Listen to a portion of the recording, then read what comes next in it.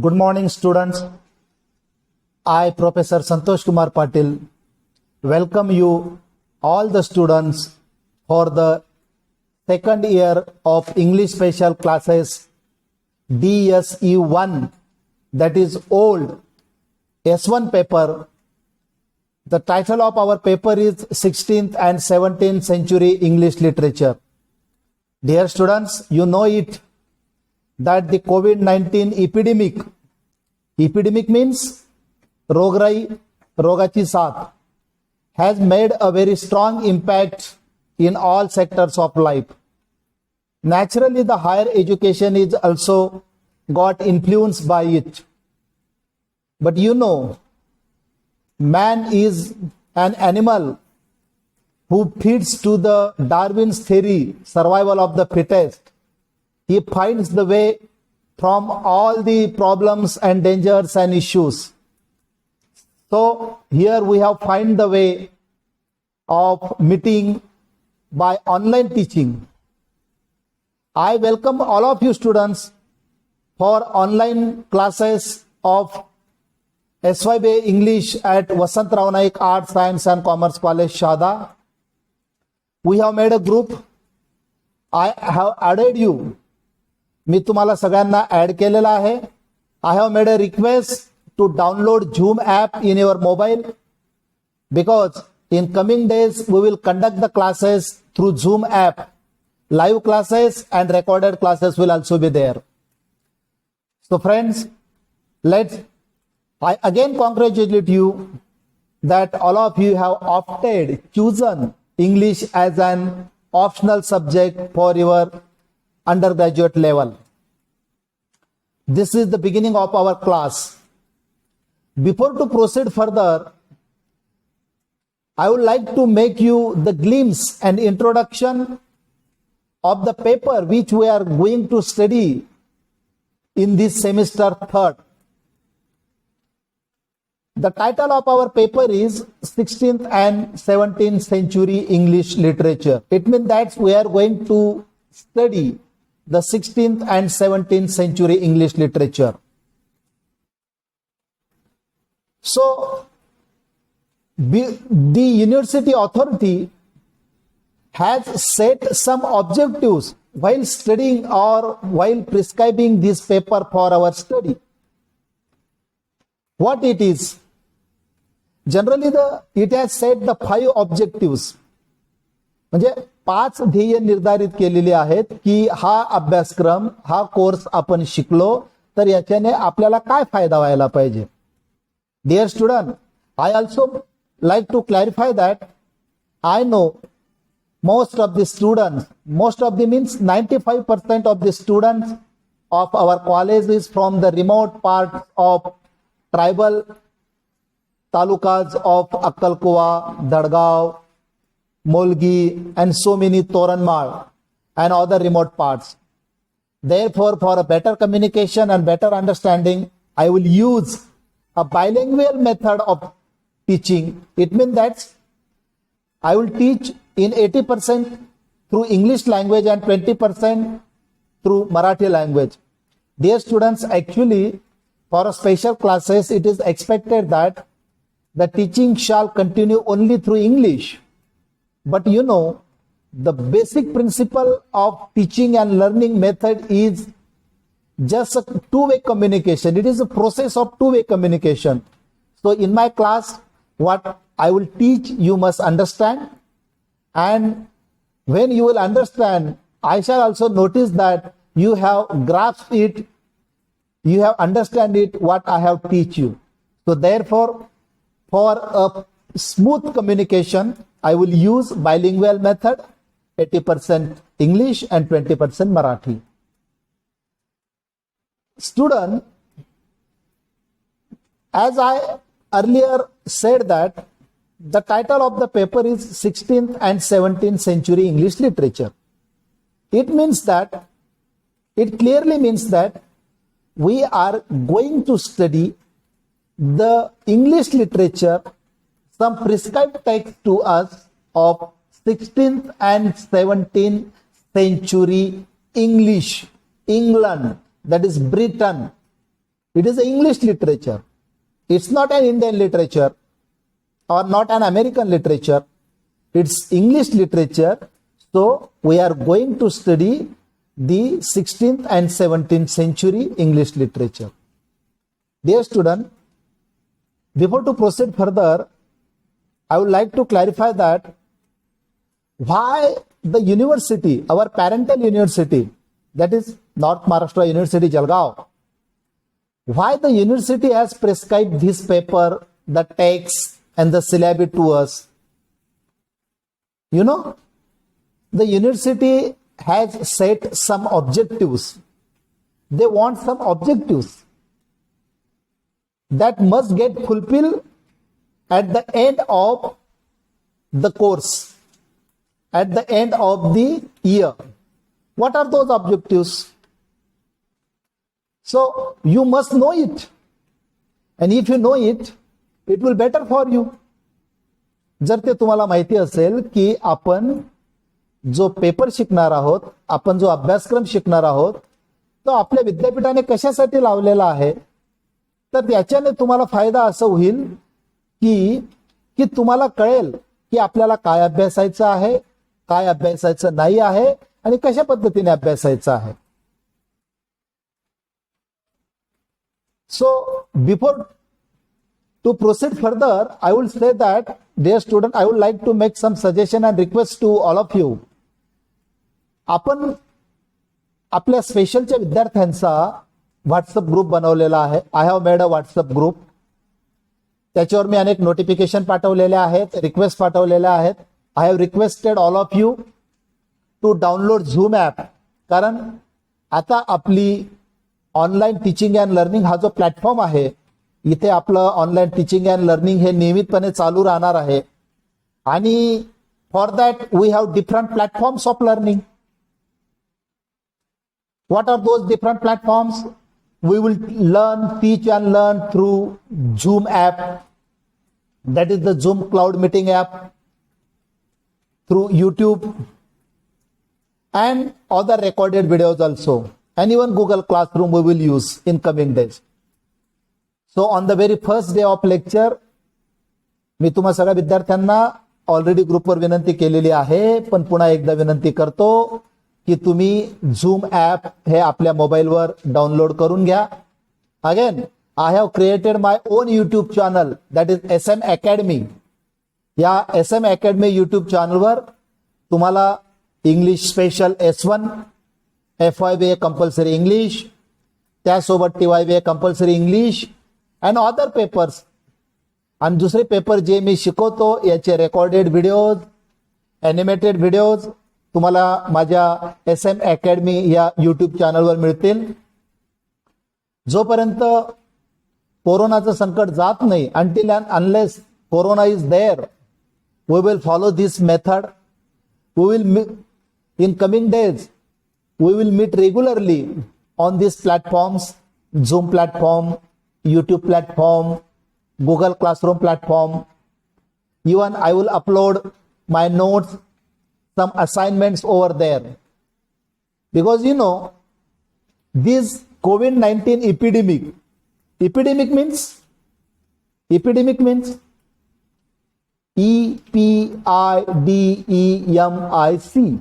रोगराई, महामारी, साथीचा आजार. तर this Corona-19 epidemic has made a very strong impact in all sectors of life. Naturally, our higher education also got influenced by it, strongly got influenced by it. But you know, the theory of Darwin, survival of the fittest, माहिती असेल तुम्हाला. Why man has survived on this planet till today safely? Only because of this principle, survival of the fittest. कारण मनुष्य असा प्राणी आहे जो आलेल्या सगळ्या संकटांवर त्याने यशस्वीपणे आपल्या बुद्धीच्या जोरावर मात केली आहे आणि त्याच्यातनं मार्ग काढला आहे. आणि आज today it's a completely new world, developed world, E world.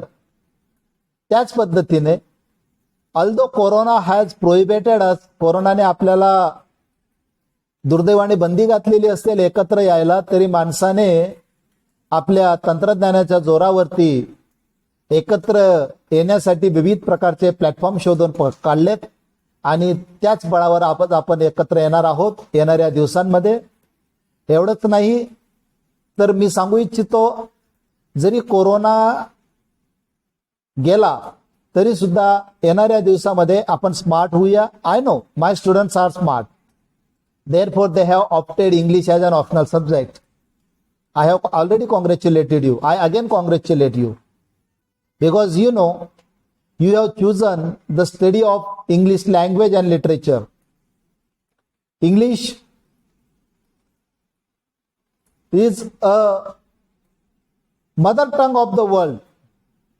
असं म्हटलं तर वावगं ठरणार नाही. जगाची मातृभाषा आहे. It is the window of the world. Through English the whole world is open for you and you are very fortunate. तुम्ही भाग्यशाली आहात.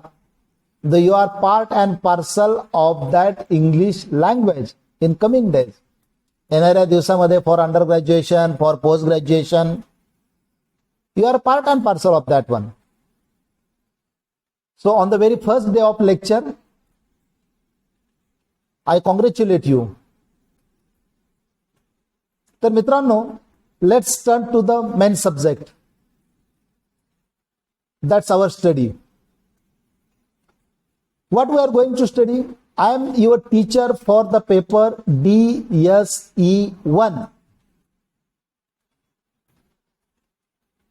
As in old syllabus, it was called the special paper 1. It is the study of 16th and 17th century English literature. And as I said earlier, हा अभ्यासक्रम लावताना आपल्या विद्यापीठाने काही objective निश्चित केलेली आहेत. ऑब्जेक्टिव्ह म्हणजे ध्येय. बरं, मी I again request all of you, तुम्ही सगळ्यांना मी विनंती करेल, when you will listen my online lecture on zoom platform और रेकॉर्डेड लेक्चर और live streaming lecture on YouTube, तर तुमच्या कानामध्ये इयरफोन हेडफोन तर असलेच पाहिजेत, पण सोबत एक वही पेन सुद्धा असला पाहिजे. So you will get habituated. Habituated म्हणजे सवय लागणे. आपण आता काही चांगल्या गोष्टींची सवय लावून घेणार आहोत. You will get habituated of making the running notes. आणि आपण आपली व्होकॅब्युलरी पण वाढवणार आहोत. व्होकॅब्युलरी VOCABULARY शब्दभरणा, शब्दकोश आपण हळूहळू वाढवूया. आणि एक चांगल्या पद्धतीचा शब्दभरणा ज्याच्याकडे असतो तो एक चांगला वक्ता असतो. He is a good orator, good speaker. आपण फक्त साहित्याचा अभ्यास करणार नाही आहोत, तर बिसाइड दॅट आपण एक चांगला वक्ता, चांगला स्पीकर, एक फ्लुएंट इंग्लिश स्पीकर बनण्याचा प्रयत्न सुद्धा ह्या येत्या 2 वर्षामध्ये करणार आहोत. Second year of your graduation and naturally the third year of graduation. Now let's turn. What are those objectives? Objectives म्हणजे ध्येय. विद्यापीठाला असं वाटतं की हा कोर्स पूर्ण झाल्यानंतर वर्षाच्या शेवटी विद्यापीठांच्या पदरी काहीतरी पडलं पाहिजे, विद्यार्थ्यांच्या पदरी काहीतरी पडलं पाहिजे, म्हणून त्यांनी काहीतरी ध्येय निश्चित केलेली आहेत आणि त्यांनी मग त्याच्यासाठी नियोजनपूर्वक पद्धतीने हा 16th and 17th century English literature, the study of 16th and 17th century English literature हा पेपर आपल्याला अभ्यासक्रमासाठी निश्चित केलेला. Now what are those objectives? काय आहेत ते objectives? The first objective the university has set, just see on your screen. तुमच्या स्क्रीनवर तुम्ही पहा. The first objective is to acquaint the students with the major literary trends and tendencies and prominent writers of 16th and 17th century English literature.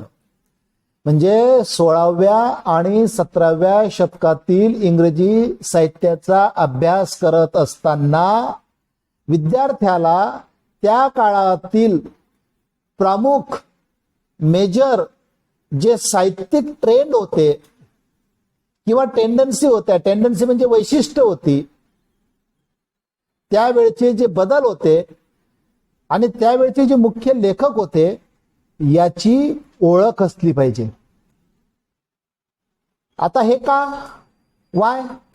Because you have study the literature, some definitions of literature at the first year, त्याच्यात अनेक असतील, but सगळ्यात main definition that suits for literature is that, जी सर्वसमावेशक आहे असं आपल्याला म्हणता येईल, that is literature is a mirror of society. Literature is reflection of the problems of the human being that are running in contemporary society. समाजामध्ये असलेल्या समस्या, माणसाची सुख दुःख, अजून ज्या काही इश्यूज असतील त्याचं प्रतिबिंब साहित्यात होत असतं, अशी एक सर्वसमावेशक व्याख्या साधारणतः ऍक्सेप्ट केली जाते. साहित्य हे समाज जीवनाचं प्रतिबिंब असतं आणि मग what is going on in society that is reflected in literature, ते साहित्यामध्ये प्रतिबिंबित झालेलं असतं. म्हणून त्या काळामध्ये कोणत्या पद्धतीचे साहित्यिक ट्रेंड होते, टेंडन्सी होत्या, वैशिष्ट्य, कॅरेक्टरिस्टिक्स, फीचर्स काय होती, आणि हू वेर prominent writers of 16th and 17th century that we are going to study in this paper. You should always remember that, तुम्ही नेहमी लक्षात ठेवलं पाहिजे, we are going to make a study of 2 centuries, 2 prominent centuries of English literature. 2 प्रमुख शतकांचा आपण इंग्रजी साहित्यातील 2 प्रमुख शतकांचा अभ्यास करणार आहोत. 16th and 17th century English literature for semester 3rd, म्हणजे या सेमिस्टरला 3ऱ्या सत्राला we are going to study 16th century English literature, आणि पुढच्या सत्राला म्हणजे for semester 4th we will study 17th century English literature. तर या दोघं शतकातील इंग्रजी साहित्यामधील प्रमुख साहित्यिक ट्रेंड काय होते, बदल काय होते, कल काय होते आणि कोणती वैशिष्ट्य होती ती आपण याच्यात अभ्यासणार आहोत. The second objective the university has set, दुसरा ऑब्जेक्टिव्ह विद्यापीठाने निर्धारित केलेला आहे, to make the students aware, aware म्हणजे जाणीव होणे, अबाउट द लिटररी हिस्ट्री, त्या काळातील साहित्यिक इतिहासाची विद्यार्थ्यांना जाणीव झाली पाहिजे. सेलियंट फीचर्स, काही प्रमुख वैशिष्ट्ये, फीचर्स म्हणजे वैशिष्ट्ये, the synonym for feature is characteristics, त्याला समानार्थी शब्द आहे. And socio cultural background of the period. What is socio cultural background? Socio म्हणजे सामाजिक, कल्चरल म्हणजे सांस्कृतिक, बॅकग्राऊंड म्हणजे पार्श्वभूमी. त्या काळातील सामाजिक आणि सांस्कृतिक पार्श्वभूमी काय होती, काय समस्या होत्या, काय इश्यूज होते आणि ते साहित्यामध्ये कसे रिफ्लेक्ट झाले, how those problems are reflected in the society. मग हे जर आपल्याला अभ्यासायचं असेल तर आपल्याला त्या काळातील सामाजिक, राजकीय, सांस्कृतिक, शैक्षणिक इतिहासाचा अभ्यास करावा लागेल. बिकॉज कारण समाजात जे घडतं, समाजाच्या ज्या समस्या असतात, those issues, those problems are reflected in literature. Literature is not isolated from the society. It is directly and indirectly related with the problems of human being. ते प्रत्यक्ष अप्रत्यक्ष माणसाच्या समस्यांशीच निगडित असतं. म्हणून त्या काळातील आपल्याला थोडा सांस्कृतिक, शैक्षणिक, पॉलिटिकल सुद्धा परिस्थिती काय होती याचा अभ्यास करावा लागेल. जो second target, second objective is to make the students aware about the literary history and socio-cultural background of the period. Now the next objective. आता why I am saying all these objectives to you? ही विद्यापीठाने सांगितलेली सगळी objective तुम्हाला मी काय सांगत आहे, याचं कारण वर्षभर हे तुम्ही मनात निश्चित करायचं आहे की we are not going to make only exam oriented study. परीक्षाभिमुख अभ्यास आपल्याला करायचा नाहीये. आपल्याला साहित्याचा एक परिपूर्ण विद्यार्थी व्हायचा आहे. आणि त्याच्यासाठी जी उद्दिष्ट, जी ऑब्जेक्टिव्ह विद्यापीठाने आपल्यासाठी निर्धारित केली, त्या ऑब्जेक्टिव्हला आपण आपल्या ह्या कोर्सच्या शेवटी पूर्णत्वाकडे पोहोचलेलो असू आणि त्याची जाणीव तुम्हाला असावी. म्हणून please write down or note down this objective on the very first page of your notebook. तिसरा ऑब्जेक्टिव्ह आहे to help the students to grasp म्हणजे आत्मसात करणे, the content and critically appreciate and prescribe text. आता आपल्याला त्या काळातील काही सामाजिक, शैक्षणिक, सांस्कृतिक इतिहास शिकायचाच आहे, कारण त्याचं प्रतिबिंब मोठ्या प्रमाणामध्ये साहित्यात झालेलं असतं, म्हणून ते आपल्याला शिकायचं आहे. पण त्याच्यासोबत विद्यापीठाने त्या काळातील काही प्रमुख जे साहित्यिक आहेत त्यांचे जे काही टेक्स्ट आहे ते आपल्याला प्रिस्क्राईब केलेलं आहे. म्हणजे university has prescribe some text, contemporary text of 16th and 17th century English literature. मग त्याच्यात काही कविता आहेत, ड्रामा आहे, नॉवेल, एसेज आहेत. These are the parts of literature ना. मग ते आपल्याला अभ्यासायचे आहेत. आता फॉर एक्झाम्पल टेक्स्ट म्हटल्यानंतर आपण पुढे आपल्याला सिलेबस पाहणारच आहोत. But in short we are going to study metaphysical poetry, we are going to study the tragic comedy of William Shakespeare. Again we are going to study essays of Francis Bacon, the famous and well-known essayist of 17th century. त्याचा आपण अभ्यास करणार आहोत, कवितांचा अभ्यास करणार आहोत, नाटकांचा अभ्यास करणार आहोत. मग टेक्स्ट आहेत, ही जी काही आपल्याला कविता, कादंबरी, नाटक आहेत त्याचा अभ्यास आपण करणार आहोत. in context with the socio-cultural background of the 16th and 17th century. लक्षात ठेवा. The next objective set by the university is to inculcate among students a liking for the Elizabethan and post-Shakespearean literature. आता हे जे आपण साहित्य शिकणार आहोत 16th and 17th century English literature, याला प्रामुख्याने एलिझाबेथन एज किंवा दुसऱ्या अर्थाने शेक्सपियरियन एज पण म्हणतात. आता त्याला एलिझाबेथन एज का म्हणतात, शेक्सपियरियन एज का म्हणतात, पोस्ट शेक्सपियरियन एज का म्हणतात, we will make a detail study of it. पण या सगळ्या गोष्टींची आवड आपल्यामध्ये निर्माण व्हावी. म्हणजे आपल्याला टेक्स्ट प्रिस्क्राइब केलेला आहे the merchant of Venice, that is the tragic comedy of Shakespeare. फक्त आपण त्याचाच अभ्यास करायचा का? नाही. बिसाइड दॅट आपण शेक्सपियरच्या साहित्याचा ओझरता धावता सगळा अभ्यास करायचा. म्हणजे आपण एक परिपूर्ण विद्यार्थी बनणार आहोत हा अभ्यासक्रम शिकून.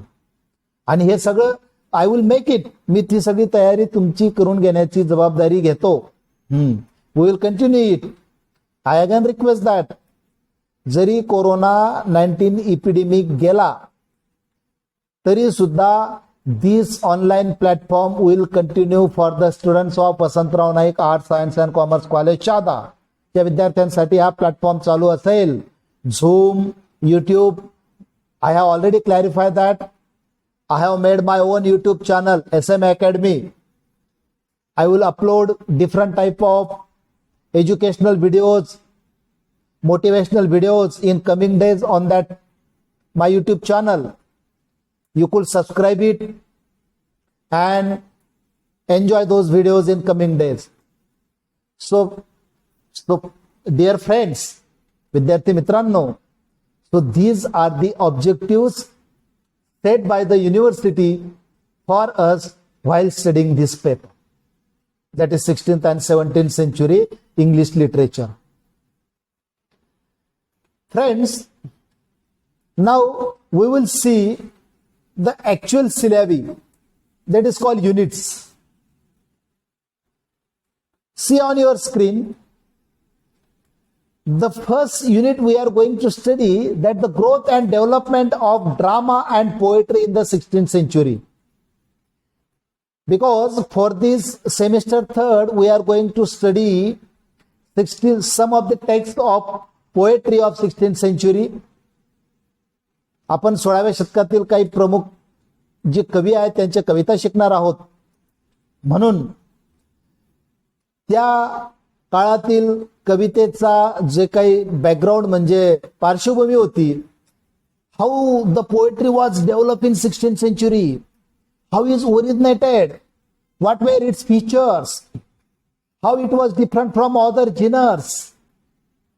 And similarly we are going to study one Shakespearean drama also. आपण एक शेक्सपियन ड्रामा पण शिकणार आहोत, that is the merchant of Venice. It's a very good tragic comedy. So we will study the development of Shakespearean drama also, the position of drama and the characteristics of Shakespearean drama. So what are the texts prescribed to us? First, we have two poems of John Donne. John Donne, a very famous and notable metaphysical poet. त्यांच्या दोन कविता आपल्याला अभ्यासायच्या आहेत. A good morrow. Morrow is the short form of morning. How it is, we will learn it in detail when we will learn the poem. And the dream. It's a very good poem. तसं तुम्ही सुद्धा स्वप्न पाहायला हरकत नाही की आपण English, that by opting English as an optional subject, special subject at the undergraduate level, I could be a good student of English literature. असं आपण एक स्वप्न पाहायला काही हरकत नाही आणि ते पाहूया. Then we are going to study two short poems of Edmund Spenser. Edmund Spenser, you know, he is famous for his poem The Fairy Queen. पण आपल्याला अभ्यासक्रमाला Ice and Fire and Mutability आहे, that we are going to study. Philip Sidney, he is essayist, poet and critic also. तर त्यांच्या दोन कविता, the two poems of Philip Sidney we are going to study, that is a Sleep and Reason. And as I said, we are also going to study a drama by William Shakespeare, The Merchant of Venice. It's a very good tragic comedy. We will learn it. Okay. So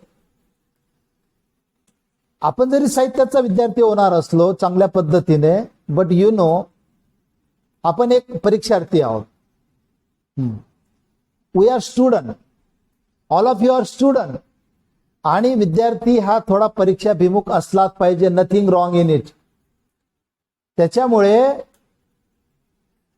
आपण साहित्याचा अभ्यास करत असताना वर्षाच्या सत्राच्या शेवटी आपल्याला परीक्षा द्यायची आहे. मग परीक्षा देताना आपल्या परीक्षेचं पॅटर्न काय राहणार आहे, फॉर्मॅट काय राहणार आहे, हा सुद्धा तुम्हाला माहिती असला पाहिजे. Just see the format on your screen. Two type of examination will be held. The first is 40 marks of internal examination that will be conducted by the college, and another 60 marks of university external examination. The first question will be of multiple choice question, MCQ, ज्यांना तुम्ही objective म्हणतात. It will be of 12 marks. The second question will be on the background question. मी तुम्हाला म्हटलं की आपल्याला 16व्या शतकातील नाटक आणि कवितेचा पार्श्वभूमी अभ्यासायची आहे. The background of the 16th and 17th century drama and poetry. त्याच्यावर एक ब्रॉड क्वेश्चन असेल, 1 out of 2 फॉर 12 मार्क्स. ज्या कविता आपण अभ्यासणार आहोत त्याच्यावर एक ब्रॉड क्वेश्चन असेल, तिसरा प्रश्न असेल for 12 marks. The fourth questions will be broad question, long answer question on the drama that the merchant of Venice आपण अभ्यासणार आहोत त्याच्यावर असेल. The last one drama and poetry या दोघांवर शॉर्ट नोट असतील. Each question would have for 12 marks. 5 questions are there. So the total paper will be of 60 marks. तर you must keep in mind this format for hole year. Okay. Then for second semester, that is the semester 4th, we have a different syllabus. It means that we are going to study a 17th century English literature. For that 17th century English literature, we are going to study growth and development of novel and essay in the 17th century. It means that in the first semester, we will learn 16th century drama and poetry, but in the second semester we will learn the development of novel and essay. याचा अर्थ असा झाला, we will learn all main genres of literature of 16th and 17th century in this year. For that we have 3 essays of Francis Bacon, a very famous and notable essays of 17th century. We have written more than 500 of essays and all essays are very good one, philosophical. त्याच्यातले आपण of studies, of अँगर and of unity in religion हे 3 essay आपण शिकणार आहोत. Again I will request that ह्या सगळ्या कविता आणि या सगळ्या एसे डाउनलोड करण्याच्या लिंक्स मी माझ्या युट्यूब चॅनलवर तुम्हाला देईन. तुम्ही ते डाउनलोड करायचं आणि when we will conduct the online platform of lecture either by Zoom app, YouTube, Google class, तेव्हा तुमच्या समोर टेक्स्ट असलंच पाहिजे. Until and unless regular classes will started. Okay. या सगळ्याच्या डाउनलोड लिंक्स मी माझ्या SM अकॅडमी या यूट्यूब चॅनलवर दिलेल्या असतील. Then we will learn 3 other essays of Jonathan Swift, another famous and notable essays of 17th century. That is a treatise on good manners and good breeding. Second, hint towards an essay on conversation. And third, of the education of ladies. And जसं आपण पहिल्या सत्रामध्ये कविता आणि नाटक शेक्सपियरचं the merchant of Venice शिकणार आहोत, similarly 4थ्या सत्रामध्ये आपण जॉन बनियान यांची अत्यंत प्रसिद्ध एक ॲलोगोरिकल, ख्रिश्चन ॲलोगोरिकल नॉवेल आहे पिलिग्रिम प्रोग्रेस ही शिकणार आहोत. त्याचा आपण फर्स्ट पार्ट शिकणार आहोत. The novel is in 2 parts, but we will learn the first part only. Okay. So this will be syllabi of us. हा आपला सिलेबस असेल. ओके. So it's over.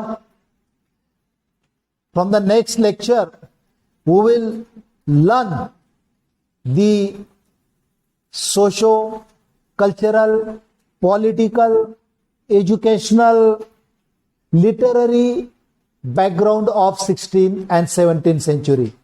16व्या आणि 17व्या शतकातील सामाजिक, शैक्षणिक, सांस्कृतिक, राजकीय पार्श्वभूमी काय होती, साहित्याची पार्श्वभूमी काय होती, what were the literary trends, हे आपण we will learn in detail. आणि मग मी तुम्हाला अगोदरच सांगितलं की आपण म्हणजे by learning this course you may become a semi history student. तुम्ही अर्ध इतिहासाच्या विद्यार्थ्यांसारखं तुम्हाला फील येईल. कारण तुमच्या मनात असा प्रश्न आला असेल की I am the student of English literature, मग मी इतिहासाचा अभ्यास का करावा. No, there is a strong bond and connection between literature and history. कारण मी तुम्हाला ऑलरेडी सांगितलं साहित्य आणि इतिहासाचा खूप जवळचा घनिष्ठ संबंध आहे. Even I would like to say further, history and literature are 2 sides of 1 coin. एका नाण्याच्या 2 बाजू आहेत. फॉर एक्झाम्पल, आपण जेव्हा 16व्या शतकातील साहित्य शिकू त्यावेळेस आपल्याला हे तर कळेल की त्या काळामध्ये साहित्यिक टेंडन्सी काय होती, साहित्याचा प्रकार काय होता, साहित्याची भाषा कशी होती, त्याचं डिक्शन कसं होतं हे कळेल.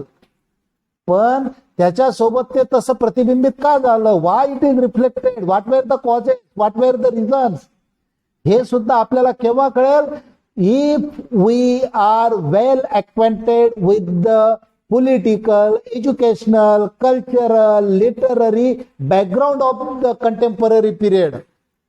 म्हणून आपल्याला इतिहासाचा अभ्यास करावा लागेल आणि त्या दृष्टिकोनातनं in coming days we will learn the political and the historical scenario, not in detail. We are not going to learn the whole detailed scenario like a history student. We will learn it in short, in brief. प्रामुख्याने जेवढं आपल्याला कामाचं आहे तेवढं आपण शिकणार आहोत. If you see on the screen, आपण 16व्या शतकातला अभ्यास करणार असल्या कारणामुळे, आता 16व्या शतकातला अभ्यास करणार आहे म्हणजे आपण काय exactly we cannot stop from the year 1501, 1501 पासून काय एक्झॅक्ट सुरू करणार का असं नसतं. Literature is not like that. Literature traces its tail long back to the period. साहित्याचं जी पानं असतात ना ती इतिहासामध्ये खूप लांब पर्यंत असतात. तर जरी 16वं शतक हे 1501 नंतर सुरू झालेलं असं जरी आपण टेक्निकली म्हणत असलो तरी त्याचे फुटप्रिंट्स, त्याचे ऍडव्हेंट्स हे साधारणतः 30-40 वर्ष बॅकच झालेले असतात. आणि यु नो स्टुडंट्स, जो ज्या काळाचा आपण अभ्यास करणार आहोत ना, it is called the renaissance and restoration period of English literature. आता what is the term renaissance and restoration हे आपण डिटेल शिकणारच आहोत.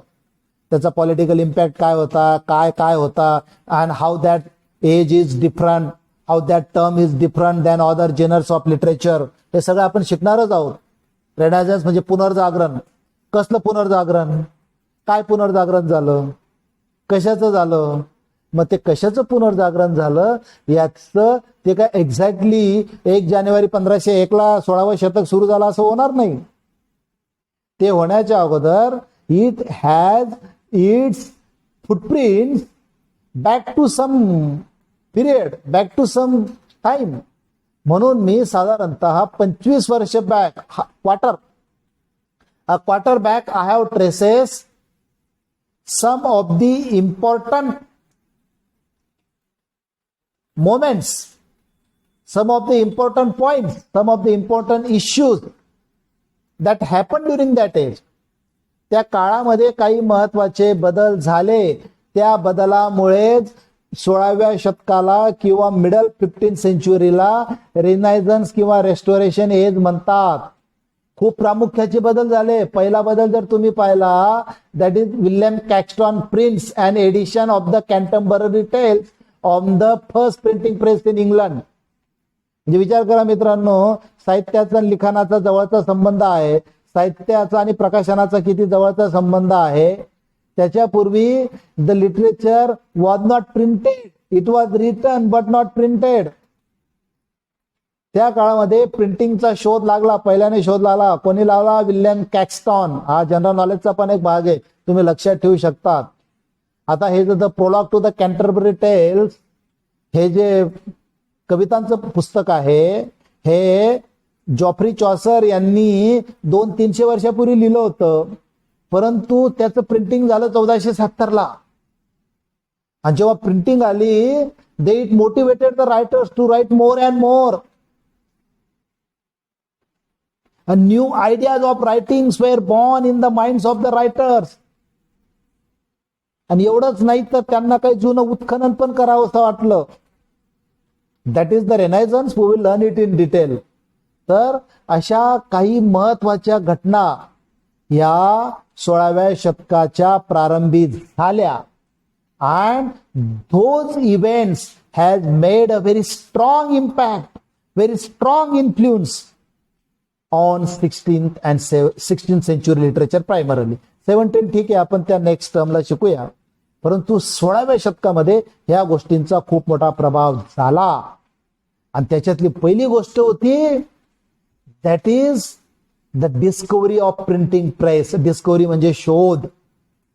प्रिंटिंग प्रेसचा शोध लागला आणि प्रिंटिंग प्रेसचा शोध लागल्यामुळे लिखाणाला, साहित्याला एक चालना मिळाली. मोठ्या प्रमाणामध्ये साहित्य लिहिलं जाऊ लागलं आणि मग या घटनेचा खूप मोठा प्रभाव झाला. मी तुम्हाला पहिल्यांदाच म्हटलं, history and literature are two sides of one coin. म्हणून accessions of Henry seventh in England who inaugurates a Tudor dynasty. Dynasty म्हणजे राजवंश, राजघराणं. तर 1485 मध्ये ट्युडर राजघराणं हे इंग्लंडमध्ये सत्तेत आलं आणि राजगादीवर कोण आलं? Henry seventh. त्याचा काय परिणाम झाला? We will learn in detail. त्याच्यानंतर एक सगळ्यात महत्वाची घटना झाली that is related with the history. Columbus and Vasco da Gama are the main pillars of history, world history. पण त्या कोलंबसचा संबंध आपल्या साहित्याशी पण आहे, चांगल्या पद्धतीने आहे. So Columbus lands in the Caribbean on his first voyage. Voyage म्हणजे जर्नी, प्रवास. I would like to say that, मी तुम्हाला पहिल्यांदा एक विनंती केली होती की तुम्ही ऑनलाईन लेक्चरला असताना you must keep a one notebook and pen ready in your hands. आपल्याला हळूहळू शब्दभरणा वाढवायचा आहे. जसं मी तुम्हाला सांगितलं, इपिडेमिक म्हणजे रोगराई, साथीचा आजार, तो लिहून ठेवा. त्याच्यानंतर आता आपण शिकलो डायनास्टी, सत्ता, राजसत्ता, राजवंश, अजून बरेच शब्द आपण शिकलो. नाव व्हॉयज. व्हॉयज म्हणजे जर्नी, प्रवास. लिहून काढा. Enrich your dictionary, enrich your vocabulary. चांगला वक्ता जो असतो ज्याची व्होकॅब्युलरी अत्यंत स्ट्रॉंग असते. You know, Dr. Babasaheb Ambedkar had a rich vocabulary of English, having 8,000 words, more than 8,000 words. साधारणतः इंग्रजीमध्ये 1,000 शब्द ज्याला येतात त्याला उत्कृष्ट वक्ता म्हणतात. Now you can compare. 1,000 शब्द ज्याला येतात त्याला उत्कृष्ट वक्ता म्हणतात. Doctor Babasaheb Ambedkar has a bank of 8,000 English words. म्हणजे कल्पना करू शकता तुम्ही.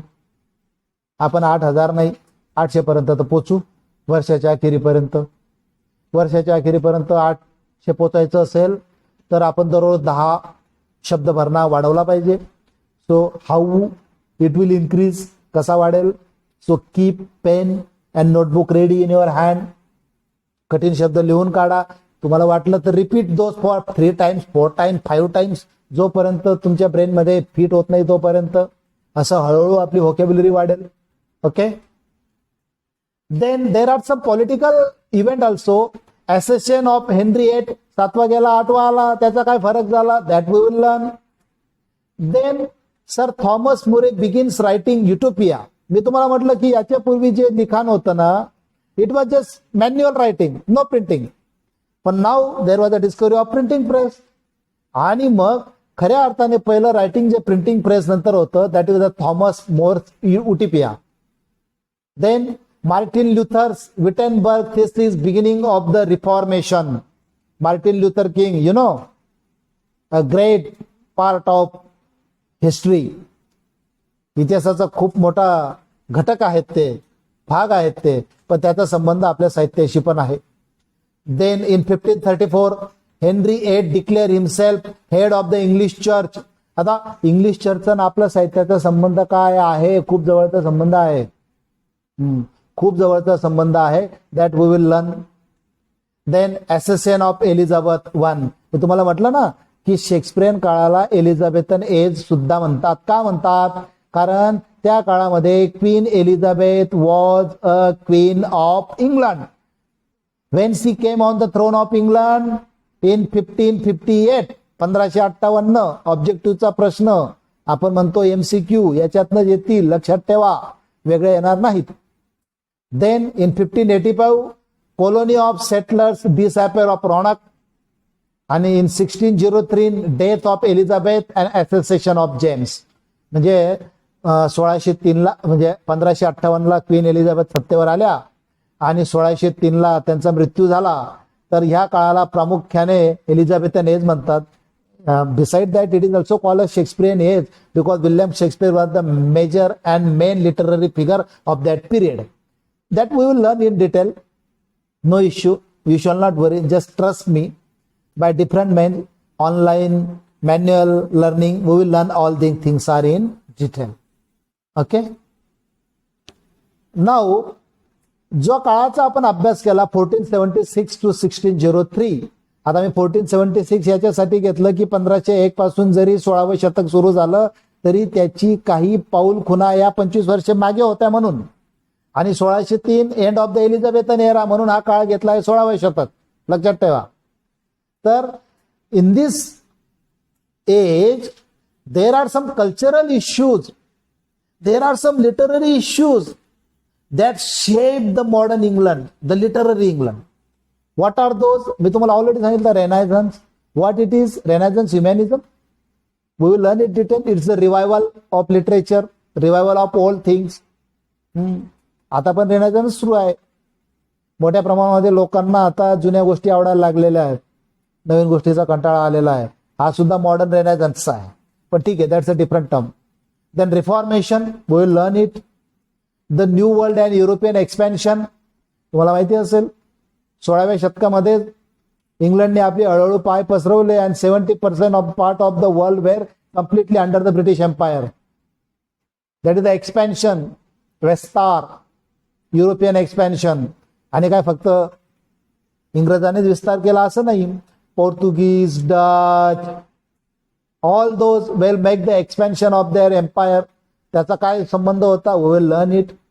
Beginning of the scientific revolution, that is later on in the 18th century and the rise of nations. So these are the main issues that shaped the modern England during the period of 16th century. So the dear students, on the very first lecture, now you have got the central idea. तुम्हाला एक central idea आली असेल what we are going to learn in the DSE 1A paper, that is the old S1 paper, the study of 16th and 17th century English literature. या अनुषंगाने आपण अभ्यास करणार आहोत. We will learn all these points in detail.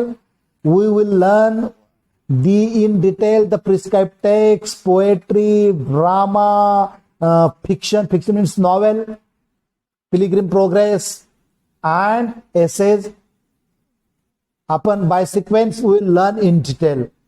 So it's enough for a very first day of the online platform of our lecture. मला असं वाटतं. At the end of the lecture, I again request you that please download Zoom app on your mobile. I will share the password and link of meeting every day on your WhatsApp group. मी तुमच्या WhatsApp group बनवलेला आहे, तुम्हाला add केलेला आहे. एखादा विद्यार्थी राहिला असेल तर त्याने मला पर्सनल रिक्वेस्ट करा ऑन माय मोबाईल नंबर. माझ्या मोबाईल नंबर 9421485110 या नंबरवर रिक्वेस्ट करा. I will add you in WhatsApp group. तसेच आपल्या मोबाईलवर झूम ऍप डाउनलोड करून घ्या. एव्हरी डे, प्रत्येक दिवशी एक दिवस अगोदर I will make the detail time table. याच्या पुढे आपण एक डिटेल टाइम टेबलच तयार करणार आहोत आठवड्याचं. I will share the time table, weekly time table in advance with you. तुमच्या सोबत मी जर काही अडथळा आला नाही तर आपण टाइम टेबल प्रमाणेच जाणार आहोत. आठवड्याचं टाइम टेबल एक आठवडा अगोदर तुमच्याशी शेअर केलं जाईल, वेळ शेअर केली जाईल. So you must log in on the given time. Given time. एक चांगला माईकवाला हेडफोन तुमच्याकडे असला पाहिजे, एक चांगला स्मार्टफोन असला पाहिजे. चांगला नसला तरी पण स्मार्टफोन असला पाहिजे. Download Zoom app. Zoom app तुम्ही डाउनलोड करून घ्या. मी त्याची link, password, ID, meeting ID प्रत्येक दिवशी ग्रुपवर शेअर करेल. तुम्ही आपल्या मित्रांसोबत शेअर करा. But strictly restricted for the students of Vasantrao Naik arts, science and commerce college, शादा. त्यांच्यापर्यंत मर्यादित ठेवा. अनफॉर्च्युनेटली एखाद्या विद्यार्थ्याला नेटवर्कमुळे जर समजून घ्या झूमचा व्हिडिओ पाहता आला नाही तर आपण रेकॉर्डेड लिंक सुद्धा शेअर करू. तो त्याच्या पद्धतीने पाहू शकतो. एकदा नाही चारदा पाहू शकतो. And along with that if you have any more queries, तुम्हाला जर काही क्युरीज असतील देन आस्क मी. अनहेजिटिंगली कोणत्याही पद्धत तुम्ही न घाबरता without keeping any fear in your mind ask those problems to me, write to me. माझा ईमेल आयडी आहे S for Santosh, P for Patil 7045@gmail.com. त्याच्यावर तुम्ही मला तुमच्या क्युरीज विचारू शकतात. Even I will share the assignments on the group. त्या ईमेलवर मी असाइनमेंट शेअर करेल, व्हॉट्सअप ग्रुपवर करेल, झूमवर करेल. Even I am thinking making a Telegram channel also. आपण आपलं टेलिग्राम जे आहे लिंक ती सुद्धा आपण बनवणार आहोत, टेलिग्राम ग्रुप बनवणार आहोत. त्याच्यावर सुद्धा शक्यतो तुम्ही टेलिग्राम ऍप सुद्धा तुमच्या मोबाईलमध्ये डाउनलोड करून घ्या. Will very soon I will share a weekly time table along with you. तुमच्यासोबत मी वीकली टाइम टेबल शेअर करेल आणि त्या पद्धतीने आपण एकदम नियोजन पद्धतीने, सुनियोजित पद्धतीने आपल्या ऑनलाईन टीचिंगला सुरुवात करूया. Be ready. काही महत्वाच्या गोष्टी पुन्हा एकदा रिपीट करतो. तुमच्या स्मार्टफोनमध्ये झूम ॲप डाउनलोड करून घ्या. व्हॉट्सअप ग्रुपला तुम्ही जॉईंट व्हा नसाल तर मला 94 21 48 51 10 या नंबरवर रिक्वेस्ट पाठवा. मी तुम्हाला जॉईन करेल. टेलिग्राम तुमच्या मोबाईल ॲपमध्ये डाउनलोड करून घ्या, मोबाईलमध्ये डाउनलोड करून घ्या. सोबत माझा ईमेल आयडी आहे SP7045@gmail.com. त्याच्यावर सुद्धा तुम्ही तुमच्या क्युरीज पाठवू शकतात. कारण झालेल्या सिलेबसची असाइनमेंट मी त्याच ग्रुपवर पाठवणार आहे, त्याच ईमेल आयडीवर पाठवणार आहे. तुम्ही डाउनलोड करून स्कॅन करून मला पाठवू शकतात. So dear friend, it's enough for the very first lecture of year 2020-21. Thanks all of you. आणि मी विनंती करतो की जास्तीत जास्त विद्यार्थ्यांना आपलं मी या झालेल्या लेक्चरची यूट्यूब लिंक सुद्धा तुमच्यासोबत शेअर करेल. Thank you very much. Will meet again. Thank you.